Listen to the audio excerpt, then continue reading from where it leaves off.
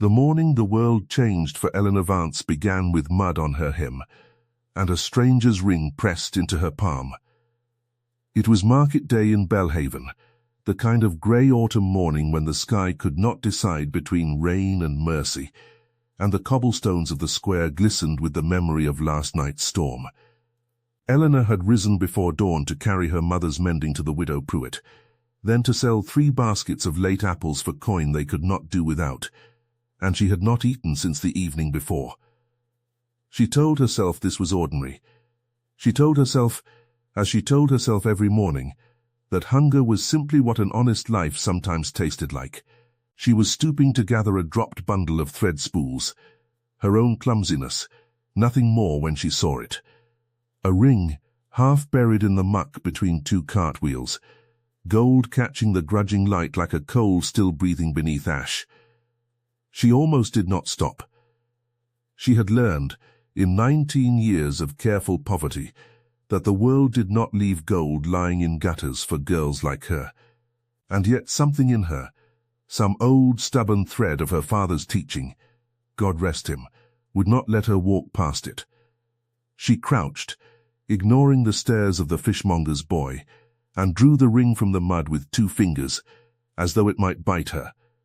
It was heavier than it looked, its band engraved with a crest she did not recognize, a hawk wings spread. Clutching something she could not make out beneath the grime, she rubbed it clean against her apron, and even that small effort revealed a stone at its center, sapphire dark, the kind of blue she had only ever seen in the stained glass of the chapel window. Her first thought, God forgive her, was of her mother's unpaid rent.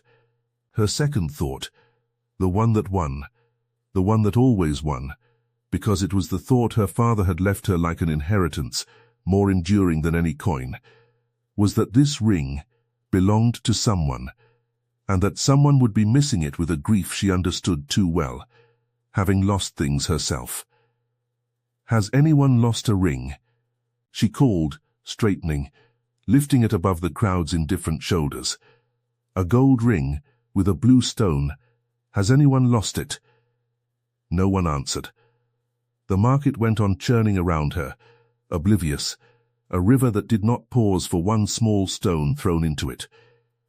She asked again, louder, and a woman selling eggs waved her off without looking up, and a man in a farmer's coat laughed as though she had told a joke he did not find especially funny. It was then that she noticed him. He stood near the edge of the square, half in the shadow of the chandler's awning, dressed like a man of modest means, a plain brown coat, good boots but not new ones, no gloves, his dark hair unpowdered and slightly too long, as though he had forgotten, or did not care, to have it trimmed. He was watching her, not the way men sometimes watched her, with the idle appraisal she had learned to endure and ignore, but with a stillness that unsettled her more than any leer could have, as though she were a puzzle he had not expected the morning to hand him. "You there," she said, because it seemed easier to address the watching than to be watched. "You've the look of a man who's lost something." Something flickered across his face. Surprise, she thought, though it was gone before she could be certain. He crossed the square toward her with an unhurried gait that did not match the sharpness in his eyes, and when he stopped before her, he was taller than she had judged from a distance, broad-shouldered in a way his plain coat did not entirely disguise. "What makes you say so?" His voice was low, cultured in a way that sat strangely atop his humble clothes, though she told herself she imagined it. "You're the only man in this square not haggling over eggs or turnips." She held up the ring, letting it catch what little light the sky allowed. "I thought perhaps you'd drop this." He looked at the ring for a long moment before he looked at her. "And if I told you it was mine, you'd simply hand it over? To a stranger, on his word alone?" "I'd ask you to describe it first," she said, closing her fingers around it. "The crest. What it means. If you can tell me true, it's yours. If you can't, it isn't. And you're a liar trying his luck on a foolish girl. And you'll have to try elsewhere. For the first time, something like a smile touched the corner of his mouth, brief, almost reluctant, as if he had not intended to permit it. "A hawk," he said, wings spread, clutching a sprig of laurel in its talons. "The band is engraved on the inside with the letter A." Eleanor turned the ring and looked, though she already knew, from the certainty in his voice, that he was not lying. There it was, laurel, not the shapeless smear of dirt she had taken it for, and inside the band, worn but legible, a single letter A. She held it out to him without another word. He did not take it at once. He looked instead at her outstretched hand, roughened by needle and washing, and then at her face, with an attention that made her feel, absurdly, as though she had passed some manner of examination she had not known she was sitting. "Most people," he said quietly, "would have kept it. Or sold it. A ring like this could feed a family for a season. Most people are not required to look at themselves in a glass every evening," Eleanor said, and immediately wished she had not spoken so plainly to a stranger. However oddly he looked at her. "Forgive me, I don't mean to lecture you on the failings of most people. Don't apologize for honesty." He took the ring at last, his fingers brushing hers for the briefest instant, warm despite the cold morning. "It's rarer than gold in my experience. I'd have thought you'd know that better than most, if you go about the world expecting to be paid so little for so much of it." She did not know how to answer that, so she said nothing, and for a moment they simply stood there, the market noise rising and falling around them like a tide neither of them was standing in. "I am called Nathaniel," he said finally. "Nathaniel Ashford. Eleanor Vance." She dropped a small, unpracticed curtsy, more out of habit than ceremony, and something in his eyes seemed to catch on the gesture, the way a man's gaze catches on a familiar tune played in an unfamiliar room. "I hope you'll forgive me, Mr. Ashford, but I must sell what apples I have left before the frost takes the rest of the crop. Good day to you." She turned to go, and did not see the way he watched her cross the square, nor the way his hand closed around the ring in his pocket as though it had become, in the span of a single conversation, a great deal more valuable than it had been that morning. What Eleanor did not know, what she could not have known, standing there in her patched wool cloak with mud on her hem and hunger in her belly, was that the man she had called a stranger owned not only the ring but the very market square in which she stood, the road that led to it, the mill beyond the river, and 11,000 acres besides. He was Nathaniel Ashford Grey, 7th Duke of Ravensmere, and he had come to Belhaven not by accident but by design, dressed in a coat borrowed from his own steward, to discover, before his family forced upon him a bride he had never chosen, whether there existed in the world a single soul who would treat him honestly when she believed he had nothing to offer her but the truth. He had dropped the ring on purpose. It was a small cruelty, he told himself, walking back toward the inn where his carriage waited, hidden behind the stables, out of a necessity larger than his conscience liked to admit. He had learned, 3 years past, exactly what it cost a man to be loved for his title rather than himself, had learned it from a woman named Lady Constance Aldridge, who had smiled at him with such warmth across 100 dinners, who had wept so prettily when he proposed, and who had, within a month of the wedding date being set, confessed to her own maid, overheard, entirely by accident, through a door not quite closed, that she found him tolerable enough, given what he was worth. He had not married her. He had, instead, spent 3 years building a wall so high around his own heart that even his mother, the Dowager Duchess, had begun to despair of ever seeing him wed at all, and had taken, in recent months, to inviting a rotating parade of eligible young women to Ravensmere Hall under increasingly transparent pretexts. He had come to Belhaven, a modest market town 2 days' ride from the hall, chosen precisely because no one there had ever seen his face, with a single, half-formed plan, to drop something valuable in a public place, and see what manner of person picked it up. He had not expected a girl with mud on her hem to look at him as though his rank meant nothing at all, because to her it did not exist. He had not expected, either, the strange and unfamiliar lightness in his chest as he watched her walk away. He told himself it was merely curiosity.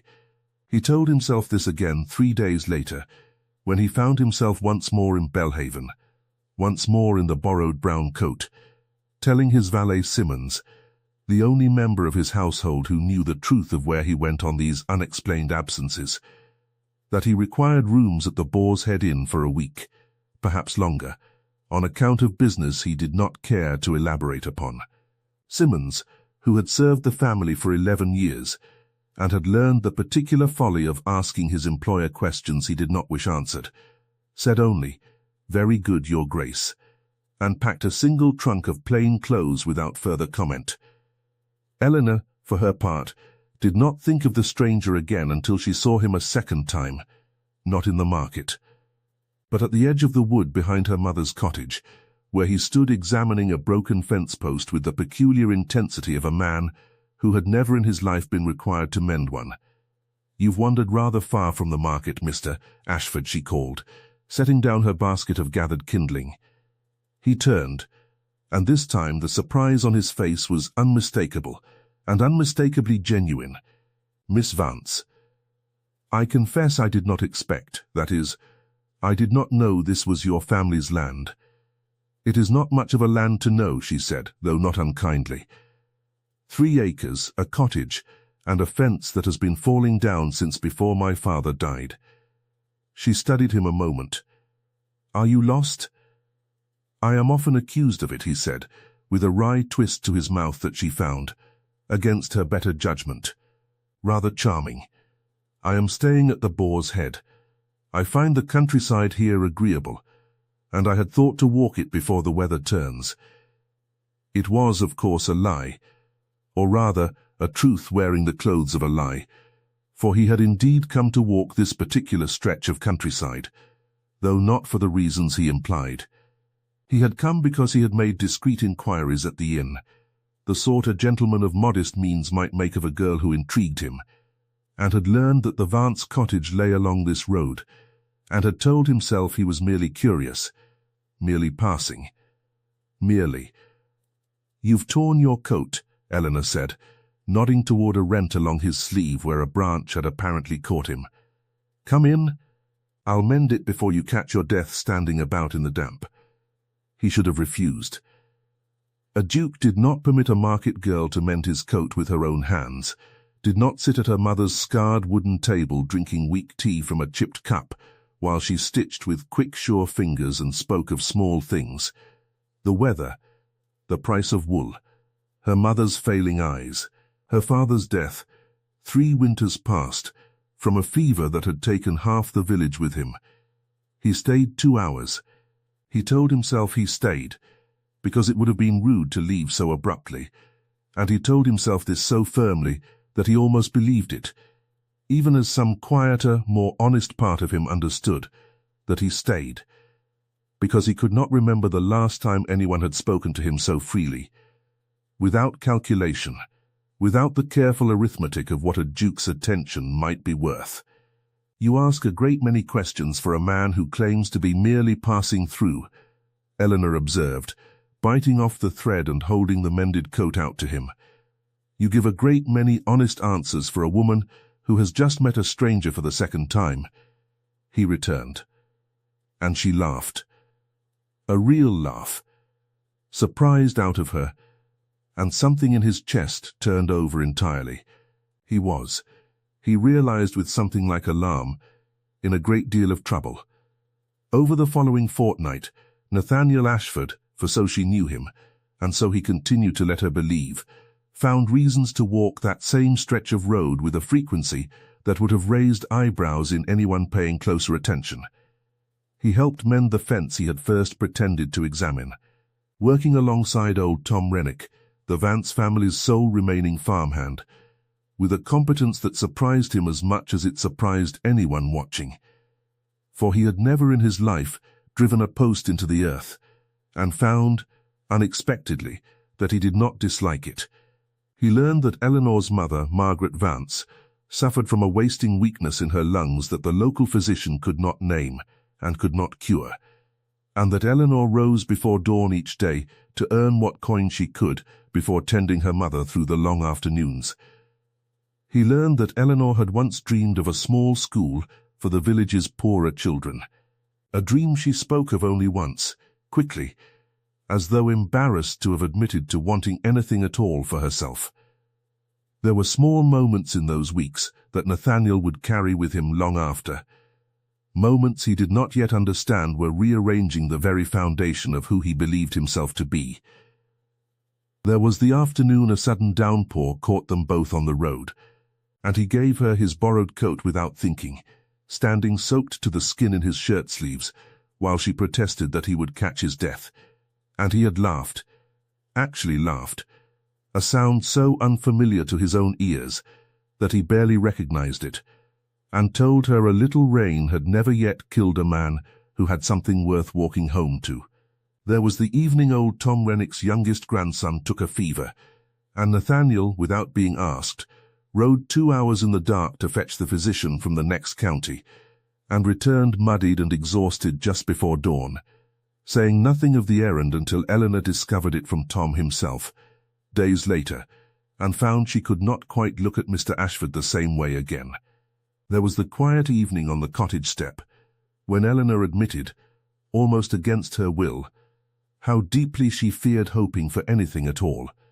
That hope, in her experience, was a debt the world always collected with interest, and Nathaniel had sat beside her in the gathering dark, and said only that he understood the fear better than she might guess, and that he, too, was only beginning to learn that hope, however dangerous, was worth the risk of owing it.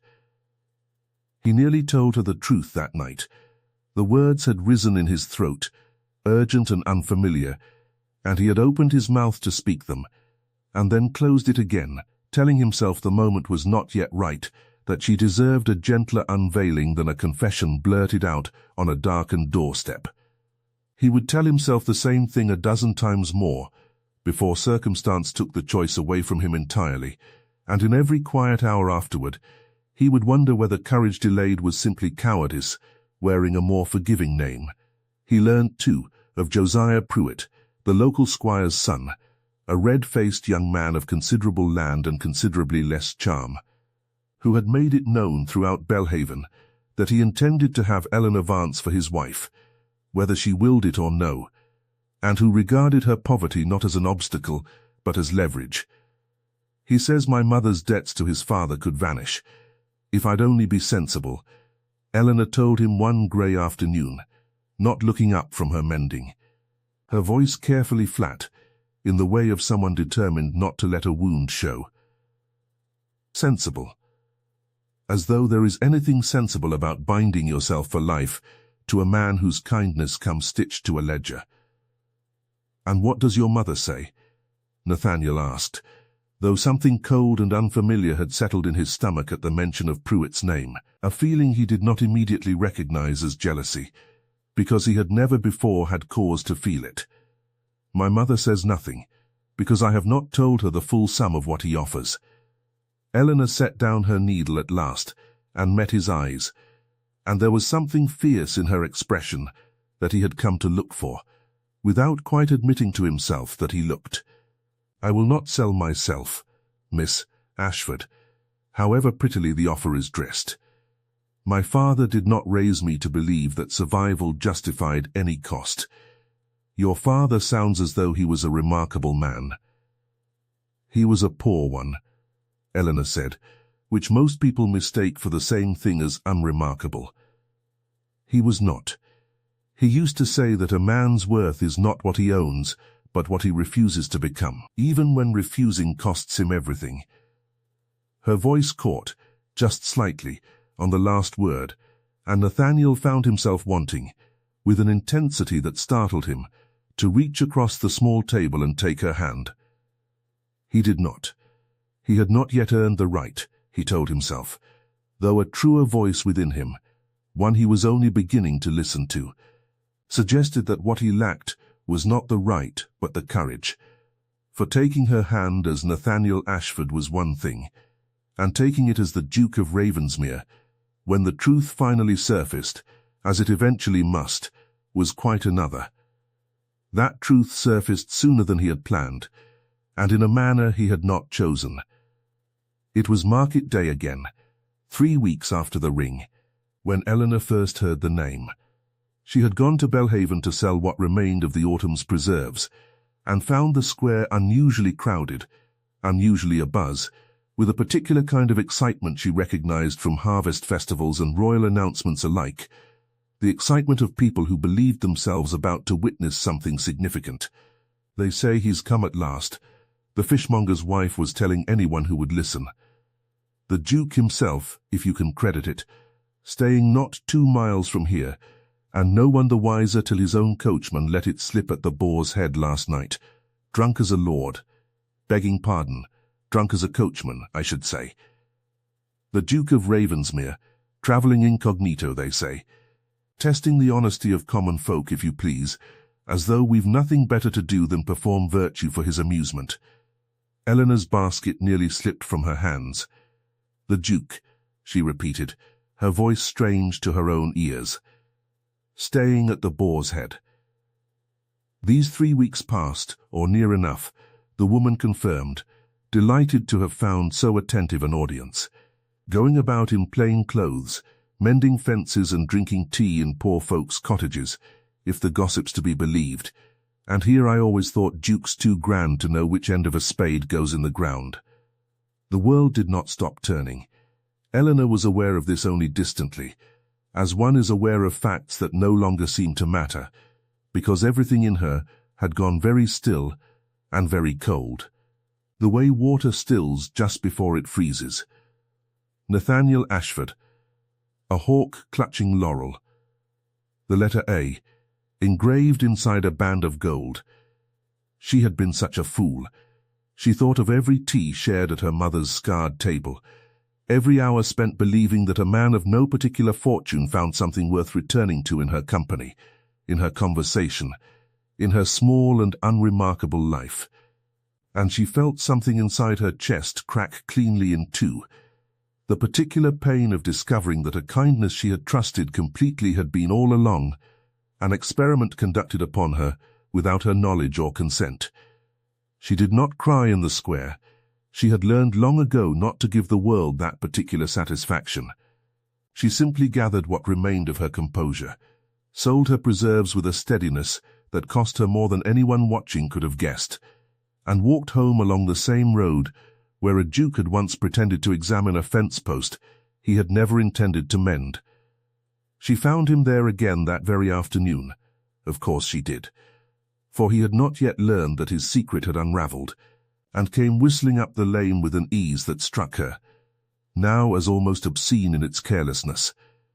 "Miss Vance," he began, and stopped, because something in her face told him, before she spoke a single word, that the ground beneath their fragile understanding had shifted entirely. "Your Grace," Eleanor said, and watched him flinch as though she had struck him. "Eleanor, you let me believe you were a stranger of no consequence." Her voice did not rise, though everything in her wanted it to. She had learned that quiet anger cut deeper than loud, and some part of her wanted, even now, even wounded as she was, to cut him precisely. "You let me mend your coat as though it were the only coat you owned. You let me speak to you of my father, of my mother's illness, of Josiah Pruitt's cruelty, as though I were confiding in an equal, a friend, and all the while you were testing me, weighing me, deciding whether a poor girl's honesty amused you enough to continue the game a little longer. It was never a game." He took a step toward her, and stopped himself when she stepped back. "Eleanor, I swear to you, do not swear to me." Her eyes were bright now, though she would not let the tears fall, not here, not in front of him. "You dropped that ring on purpose, didn't you? You wished to see whether I would keep it, or sell it, or return it, as though my honesty were a coin to be tested for counterfeit, before you troubled yourself to know me at all." His silence was answer enough. "I see," she said, and the two words held more devastation than any accusation could have carried. "Well, you have your answer, Your Grace. I hope it amused you." "Eleanor, please," but she was already walking away, and this time he did not follow, because some instinct, perhaps the first truly wise instinct he had exercised in the whole of this misbegotten scheme, told him that following her now would only deepen a wound he had, however unintentionally, already cut too deep. He returned to the Boar's Head Inn that evening, in a state his valet had never before witnessed, having known him only as a man of icy composure and careful reserve. Simmons found him seated before a cold hearth, still in his mud-spattered borrowed coat. Staring at nothing in particular, "Your Grace," Simmons ventured, after a long silence, "shall I have the fire built up?" "I have made a grave error, Simmons," Nathaniel said, without looking up. "I believed I was testing her character. I have only now understood that in doing so, I tested, and failed, my own. May I ask, Your Grace, what you intend to do about it?" Nathaniel was quiet for a long while. When he finally spoke, his voice held a resolve Simmons had not heard in him in the 3 years since Lady Constance Aldridge had broken, without quite meaning to, something in his employer that had never fully mended.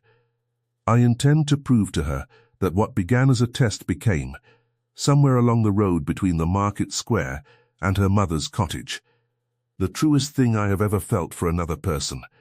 Whether she will believe me is another matter entirely, and one I do not deserve to have decided easily." He did not return to the cottage the following day, nor the day after that understanding, with a self-awareness that had cost him dearly to acquire, that Eleanor needed time before she could hear anything he might say, and that his presence too soon would only feel like one more imposition of his will upon her wounded pride. But news, in a town the size of Belhaven, moved faster than any carriage, and it was not long before Josiah Pruitt heard, with considerable satisfaction, that the girl who had so firmly rejected him now found herself the subject of the Duke of Ravensmere's rather public and rather scandalous attentions. Attentions that, in Pruitt's telling to anyone who would listen, could only mean one thing about the nature of Eleanor Vance's honesty. A duke does not spend 3 weeks courting a cottage girl for the pleasure of her conversation. Pruitt told his cronies over ale at the Boar's Head, loudly enough that the words reached Eleanor within the day, carried by a well-meaning but indiscreet neighbour. "He'll have his amusement and be gone by Christmas, and she'll be left with nothing but her ruined reputation and my father's called-in debts. And then we'll see how proud she is." The cruelty of it did what Eleanor's own wounded feelings had not quite managed. It steadied her, hardened something in her that grief alone had only softened. She would not, she resolved, be spoken of as though her honour were a commodity 2 men might argue over the price of. Whatever the Duke of Ravensmere had intended by his deception, she would meet the consequences of it on her own terms, with her dignity, the one thing poverty had never managed to take from her, entirely intact. It was her mother, weak as she was, who finally gave voice to the question Eleanor had been too proud to ask herself. "You loved him," Margaret Vance said one evening, from her chair by the fire, her voice thin, but her eyes still sharp with the particular perception of a mother who has watched her daughter's face for 19 years. "Before you knew what he was. You loved the man who mended fences and drank tea from a chipped cup, and listened to an old woman's cough with more patience than the physician troubles to show." "It does not matter what I loved," Eleanor said, staring into the same fire. "I loved a man who did not exist." Nathaniel Ashford was a costume. Was he? Margaret asked gently. Or was the Duke of Ravensmere the costume, and the man who mended our fence the truth of him, worn only when he believed no one of consequence was watching? Eleanor had no answer for that, and the question followed her to bed that night, and did not leave her for many nights after. Nathaniel, meanwhile, had returned to Ravensmere Hall, not to abandon the pursuit, but because a letter had arrived from his mother, the Dowager Duchess, that could not be ignored. Lady Constance Aldridge, 3 years widowed now from a brief and unhappy marriage undertaken in the wake of Nathaniel's refusal, had returned to society, and the Dowager Duchess, ever hopeful, had already begun arranging a series of dinners designed to renew an acquaintance her son had no wish to. "Renew, Mother," Nathaniel said, standing in the grand drawing-room of Ravensmere Hall in clothes that fit his rank once more, though they sat strangely on him now, as though he had grown unaccustomed to their weight. "I have no intention of courting Lady Constance, now or ever. You are 28, Nathaniel, and this house has been without a duchess for 11 years. The Dowager Duchess did not look up from her needlework, though her tone carried the particular steel of a mother who has waited long enough. "I do not ask you to love where I direct. I ask only that you consider your duty to this family, this estate, and the 800 souls who depend upon its stability for their livelihoods. I have found someone, Mother." The words left him before he had fully decided to speak them, and once spoken, he found he did not wish to call them back. "A woman of remarkable character, though not of rank. I intend to marry her, if she will still have me, which at present seems doubtful, given how badly I have already handled the matter of winning her trust." The Dowager Duchess set down her needlework at last, and studied her son with an expression he could not immediately read. "You have never spoken to me in this manner about any woman, Nathaniel, not even Constance, in the days when I believed you loved her." "I did not love Constance," Nathaniel said quietly. "I see that now, with a clarity I lacked at the time. I admired her beauty and her wit, and I mistook admiration for something deeper, because I did not yet know what the deeper thing felt like. I know it now." It was into this delicate moment that the Dowager Duchess's plans and Nathaniel's newfound resolve collided most inconveniently, for Lady Constance Aldridge, informed by a cousin with connections in Belhaven, had already begun to understand that the Duke's mysterious absences these past weeks had a name, and that name was not her own. Constance arrived at Ravensmere Hall 3 days later, ostensibly to pay a call upon the Dowager Duchess, though her true purpose became evident within the hour, when she maneuvered a private moment with Nathaniel in the long portrait gallery, beneath the painted eyes of 6 generations of Ravensmere dukes. "I hear you have taken an interest in a cottage girl near Belhaven," Constance said, her voice light, though her eyes were not. "How very charitable of you, Nathaniel, or is charity the correct word for it? Whatever word you choose, Constance, it is not your concern. Is it not?" She stepped closer, and he was struck, distantly, by how little the old attraction remained, how completely 3 years and one honest heart had unmade whatever he had once felt for her. "You once meant to marry me, Nathaniel.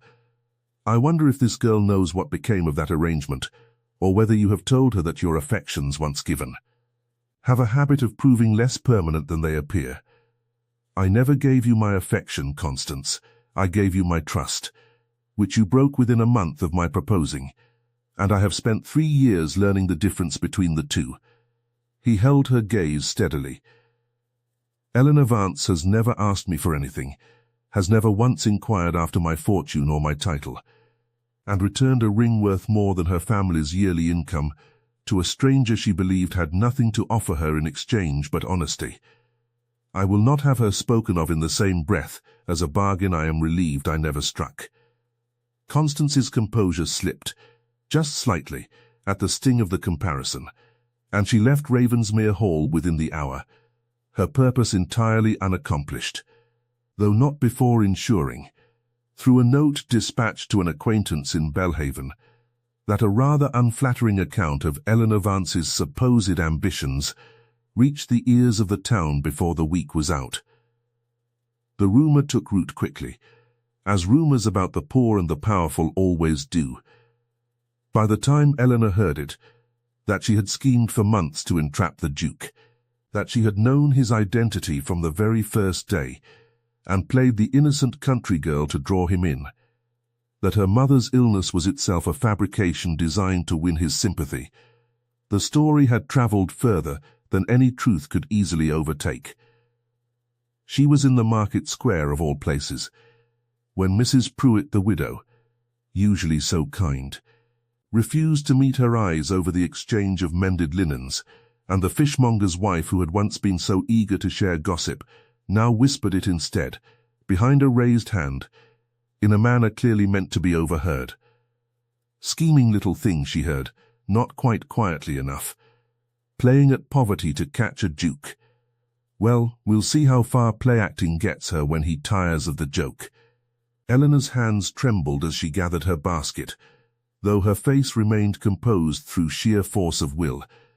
And it was in this state, wounded twice over, once by the man who had deceived her, and once by a town that had turned her deception's collateral damage into her own supposed crime, that she encountered Josiah Pruitt, whose satisfaction at the turn of events he did not trouble to hide. "I did warn you," he said, blocking her path with the casual confidence of a man who believed himself at last vindicated. "A duke's attention is a fine thing to boast of, Eleanor, but it does not keep a roof over your mother's head when he's finished with his little country diversion. My offer still stands, though I confess the price has risen, given what the whole town now believes of your character. Get out of my way, Josiah." Eleanor's voice was low and steady, though something dangerous had entered it, a fire that had been banked too long and now threatened to catch. "I would rather see my mother's cottage sold to strangers than see it purchased with your father's coin and my own submission." Brave words, for a girl with nothing left to bargain with. "I have my honesty," Eleanor said, "which is more than you, or the Duke of Ravensmere, or this entire town of gossip seems able to credit exists at all in someone poor. I did not know who he was when I returned his ring. I did not know who he was when I mended his coat, or poured his tea, or spoke to him of my father's grave.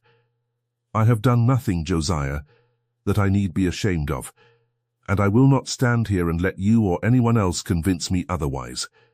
She pushed past him, and this time he let her go, something in her fury having reminded him, uncomfortably, of exactly why he had wanted her in the first place, not merely for her modest inheritance of land, but for a spirit he had never quite managed to break, however hard he had tried. Word of the rumour, and of Eleanor's public confrontation with Josiah Pruitt, reached Ravensmere Hall within 2 days, carried by the same network of servants' gossip that carries all such things, regardless of how carefully the great families believe their secrets guarded. Nathaniel did not wait for a 3rd day. He rode to Belhaven himself, in his own carriage this time, with his own crest upon the door and his own name upon his lips, arriving at the Vance cottage as the Duke of Ravensmere, rather than as Nathaniel Ashford, because he understood, finally, that half measures and disguises had done enough damage, and that whatever came next between himself and Eleanor Vance must be conducted entirely in the light. Margaret Vance answered his knock, and though her illness had left her thin and slow, her eyes upon him held the same sharp appraisal her daughters had carried from their very first meeting. "Your Grace," she said, with a small, tired curtsy that he moved forward too late to prevent. "Mrs. Vance, please, there is no need. Eleanor is not here," Margaret said, before he could finish. "She has gone to the churchyard to sit by her father's grave, as she does when the world has grown too heavy to bear standing up beneath it.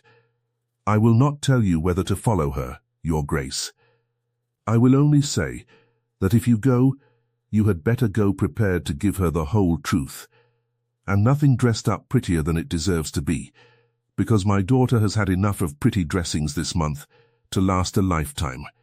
He found her exactly where her mother had said, seated upon the low stone wall that bordered the small churchyard, her father's grave marked by a simple wooden cross that had begun, in places, to lean with age and weather, She did not look up when his footsteps crunched upon the gravel path, though something in the set of her shoulders told him she knew, without turning, precisely who approached.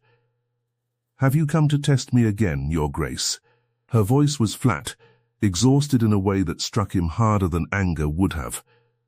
"I confess I have very little honesty left to give. The whole of Belhaven seems to have decided I possessed none to begin with." "I have come," Nathaniel said, stopping a respectful distance away, "to tell you the truth. All of it. Not because I hope it will undo the harm I have caused you.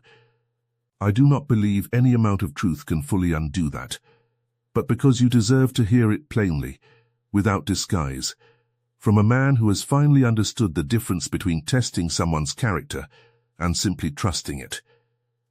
Eleanor said nothing, but she did not tell him to leave, and he took what courage he could from that small mercy.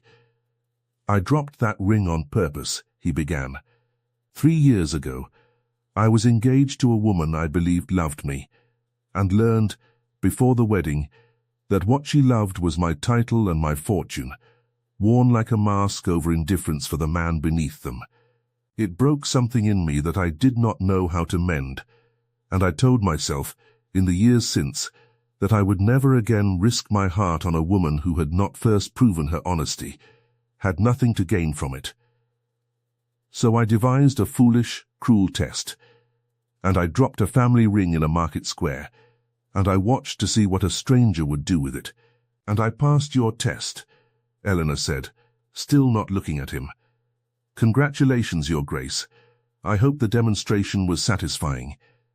You did more than pass it." His voice roughened, and he took a step closer, close enough now that she could not pretend not to hear the emotion beneath his words. "You made me forget, within the space of a single conversation, that I had ever meant it as a test at all. Every day I spent with you after that, Eleanor, I told myself I was merely continuing to observe your character, and every day that was a lie I told myself to avoid admitting the truth, that I no longer cared whether you passed any test, because I had already lost my heart to a woman who mended coats and spoke of her father's grave, and asked for nothing from me but honest conversation. I did not fall in love with an experiment, Eleanor. I fell in love with you, and I have been too great a coward, until this very moment, to say so as plainly as you deserve to hear it." Eleanor finally turned to look at him, and he saw, with a mixture of hope and anguish, that her eyes were bright with tears she had been fighting since he arrived. "You let the whole town believe I schemed for your attention," she said, her voice breaking despite her best effort to hold it steady. "You let Josiah Pruitt look at me as though I were ruined goods. You let Lady Constance Aldridge, for I know now who sent that rumor through Belhaven, Your Grace. Gossip travels faster than any of you seem to credit. You let her paint me as a fortune-hunting liar, when the only lie in this entire affair was yours." "I know," he said, and did not attempt to defend himself further, because he understood finally that defense was not what she needed from him. "I have already spoken to my solicitor. A public notice will be placed in the Belhaven Gazette and the county papers, in my own name, clarifying the full truth of the matter. That I concealed my identity from you, that you acted at every turn with a character beyond reproach, and that any suggestion otherwise originated not from any fault of yours, but from my own poorly considered scheme. I will not have your name dragged through the mud of my mistakes, Eleanor, whatever you ultimately decide to feel for me. And if I decide to feel nothing at all, then I will have at least restored to you what my foolishness took," he said quietly. "Your good name. It is the very least I owe you, and I would have done it regardless of whether you were standing here to hear me say so." Eleanor studied him for a long moment, the autumn wind stirring the leaves around her father's grave, and something in his steady, unguarded gaze. No longer the careful observation of a man testing her worth, but the open vulnerability of a man who had already decided his own worth, depended entirely upon her answer, began, slowly, to thaw the ice that had settled around her heart since the market square gossip first reached her ears. "My father used to say," she said finally, her voice quieter now, that a man's worth is measured by what he refuses to become, even when refusing costs him everything.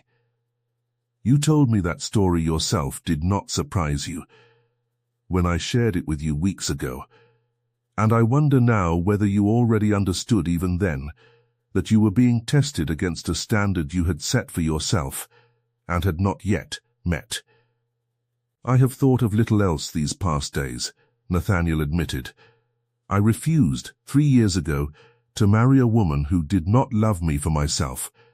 I very nearly failed to recognize that in testing you, I risked becoming precisely the kind of man my own principles should have forbidden me to be, a man who values proof over trust, suspicion over faith. You taught me the difference, Eleanor, without ever intending to teach me anything at all. That is, I think, the truest measure of your character, and the very reason I cannot imagine spending the remainder of my life with anyone else. You cannot simply marry a cottage girl, Your Grace, Eleanor said, though her voice had lost its edge, had softened into something closer to wonder than accusation. There will be more Lady Constances, more whispers, more people who believe I have schemed my way into a title I was never born to. Let them whisper, Nathaniel said. I have spent 3 years listening to whispers about what I was worth, and I have finally learned not to measure myself by them. I would rather face a lifetime of society's disapproval at my side than a single day of comfortable rank without you in it. He closed the last of the distance between them and reached tentatively for her hand, the same hand that had once held out a stolen ring, asking for nothing but an honest answer in return. I am asking you, Eleanor Vance, not as a duke testing a stranger's honesty, but as a man who has finally understood his own heart. Plainly and without disguise, will you have me? Not the costume of Nathaniel Ashford, nor the distant title of the Duke of Ravensmere, but the whole of what remains when both are stripped away, a man who mended your fence badly, and drank your tea gladly, and fell in love with you before he ever admitted it to himself. For a long moment, Eleanor said nothing, and Nathaniel felt his heart pounding as though it might, quite literally, break with the weight of waiting. You will have to prove it, she said at last, and something in her voice, a fragile, hopeful lightness, told him the tide had turned, even before she continued. Not with rings, or notices in gazettes, or grand gestures meant to be witnessed by all of Belhaven. You will have to prove it in small ways, every day, the way you did before I knew your name. By mending fences, and drinking tea, and listening to an old woman's cough, and treating my mother's cottage as though it were as worthy of your presence as any drawing-room in Ravensmere Hall. Can you do that, Your Grace? Can you be Nathaniel Ashford, even now that I know precisely what he was hiding? I can be nothing else, Nathaniel said, and the smile that broke across his face held none of the careful reserve she had once mistaken for the whole of his character, but something warmer, truer, entirely undisguised. I think, in truth, I never wished to be anyone else. From the very first morning, you held out a ring and demanded I prove I deserved it back. Eleanor let him take her hand at last, and though the wind still stirred cold and sharp among the churchyard's leaning crosses, something in the space between them had grown warm enough to withstand it. The notice appeared in the Belhaven Gazette within the week, precisely as Nathaniel had promised, and did more to restore Eleanor's good name than any private defense could have accomplished. For a duke's public admission of his own scheme carried weight that no whispered gossip could easily outlast. Mrs. Pruitt the widow was among the first to call at the cottage with an apology and a basket of preserves by way of amends, and even the fishmonger's wife, who had been so quick to carry unkind rumour, found herself somewhat sheepishly praising Eleanor's good sense to anyone who would listen, as though she had never doubted it at all. Josiah Pruitt, for his part, left Belhaven within the month for an extended stay with cousins in the north, having found the town considerably less comfortable once it became known precisely whose favour he had presumed to threaten.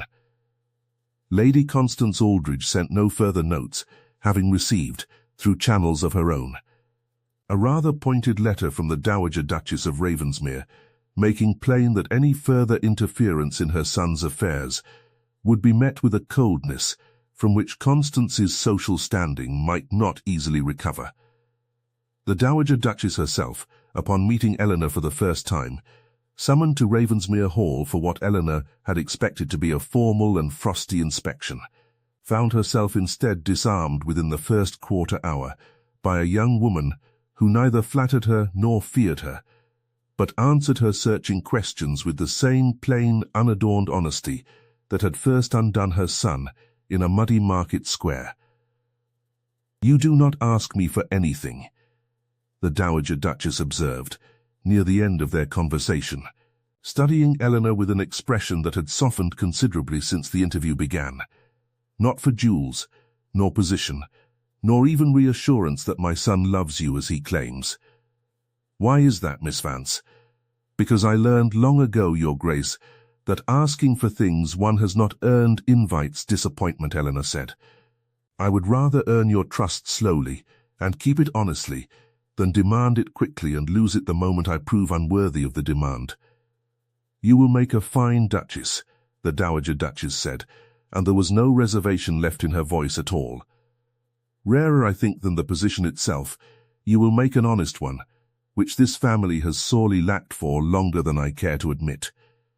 It was not, however, a season entirely free of hardship, for happiness, Eleanor was learning, did not arrive all at once like a curtain drawn back on a sunlit room, but rather in fits and starts, shadowed still by the ordinary griefs of the life she had always known.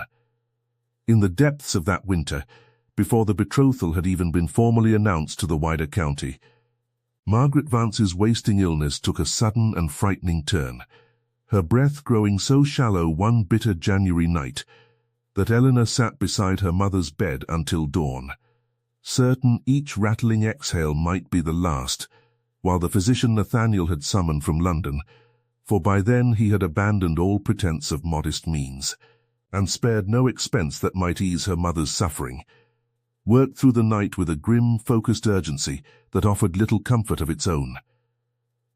"You must not lose her too," Nathaniel said quietly, finding Eleanor slumped in exhausted grief against the cottage's cold hearth near daybreak, her eyes red-rimmed, her hands trembling with a fear she had not allowed herself to voice aloud. He did not offer empty reassurance, for he understood, better than most men of his rank, that easy comfort rang hollow against true terror. He simply sat beside her on the hard floor, in his fine coat that he did not trouble to protect from the ash and grime, and held her while she wept the tears she had refused to shed in the churchyard, in the market square, in every public trial that had come before this private one. Margaret Vance did not die that winter. The crisis broke with the dawn, her breathing easing as the fever that had gripped her lungs finally loosened its hold, and the physician pronounced with cautious optimism that rest, warmth, and the particular nourishment only wealth could reliably provide might yet grant her several more years than the Belhaven physician had ever dared to promise. But the long night left its mark upon Eleanor nonetheless, stripping away whatever remaining reserve had kept her from admitting, fully and without qualification, the truth of what she felt for the man who had sat with her through the worst hours of her life, without once reminding her of his rank, his fortune, or the trials he had already endured to prove himself worthy of her trust. "I was so afraid," she confessed to him days later, when her mother's colour had returned and the cottage had begun, slowly to breathe easier alongside its mistress. Not merely of losing her, though God knows that fear was fearsome enough. "I was afraid of what I might become without her steadying me, afraid that grief might finally break the honesty my father taught me to prize above all else, and turn me into someone who would take whatever comfort was offered, however dishonestly it was won, simply to make the pain stop." "You would never become that," Nathaniel said, with a certainty that left no room for doubt. "I have watched you, Eleanor, at your very worst and most frightened, and I have never once seen you reach for an easy lie over a hard truth. That is not a fear you need carry any longer. I have seen the whole of you now, in grief as much as in gladness, and I love you no less for having witnessed it. I love you more, if such a thing is possible, for understanding at last that your honesty was never a performance, but simply who you are, all the way down. It was there, in the fragile aftermath of near tragedy, that Eleanor finally allowed herself to believe, without reservation, that the love offered her was real and enduring, not a test to be passed, nor a debt to be feared, but a gift given as freely and honestly as the one she had once offered a stranger in a muddy market square, asking nothing in return but the truth. The wedding, when it came the following spring, was held not in the grand chapel of Ravensmere Hall, as tradition and rank might have dictated, but in the small parish church of Belhaven, before the same congregation who had once whispered against Eleanor's name and now wept, quite unashamedly, at the sight of her walking the aisle in a gown of simple ivory silk, her father's memory honored by a small sprig of laurel pinned, at her own insistence, above her heart, a quiet echo of the crest that had first brought her and Nathaniel together, transformed now from a symbol of suspicion into one of enduring devotion. Margaret Vance, her health improved by physicians her son-in-law, had spared no expense to summon, sat in the front pew with tears streaming freely down her face, and needed no one to tell her that her husband, wherever he now rested, would have been proud beyond words of the daughter he had raised, to value honesty above every easier comfort the world might have offered her instead. "I once told you," Nathaniel said quietly, as they stood together afterward beneath the churchyard's ancient yew, the wedding guests dispersing slowly into the golden spring afternoon, "that most people would have kept the ring. And I told you," Eleanor said, smiling up at him with an openness that held nothing back, no test, no disguise, no careful reserve, that most people are not required to look at themselves in a glass every evening. "I look at myself rather differently now," Nathaniel admitted, "than I did the morning I dropped that ring in the mud, believing myself wise enough to test a stranger's honesty. I have learned since then that the truest test was never yours to pass, Eleanor. It was mine, whether I could love someone without demanding proof first, whether I could trust without first insisting upon evidence, whether I could be, in the end, worthy of a woman who never once doubted her own worth, even when the whole world seemed determined to convince her otherwise." "And did you pass, Your Grace?" Eleanor asked, though the teasing lightness in her voice could not fully disguise the tenderness beneath it. "I like to think," Nathaniel said, drawing her hand to his lips, "that I am passing it still, every single day, and that I shall go on trying to pass it for the whole of the life we have ahead of us, not because I fear failing some test of your affection, but because a love as honestly given as yours deserves nothing less than an equally honest effort in return, offered freely, without disguise, for as long as we both shall live." The bells of the small parish church rang out over Belhaven that afternoon, carrying across the market square where a ring had once been dropped in the mud, past the churchyard where a duke had finally spoken the whole truth, and out over the modest cottage where a mother's illness had once seemed the heaviest burden a poor family might carry, and in every corner of the town that had once doubted her, Eleanor Vance, now Duchess of Ravensmere, was known thereafter not for the title she had married into, but for the honesty that had earned it, freely given and finally, fully returned. Years later, when their own children asked how their parents had first come to know one another, Eleanor would tell them, with a smile that never quite faded, that their father had once lost a ring in a market square, and that she had simply done what any honest person ought to do. She had asked whether it belonged to anyone. Nathaniel, listening from his armchair by the fire, would only shake his head and say that it was not so simple a tale as that, for the ring had never truly been lost at all. He had known exactly where it was every moment. He had simply been waiting, without knowing it, for someone brave enough, and honest enough to find him alongside it, and to hand him back, freely and without demand, the better man he had almost forgotten how to be.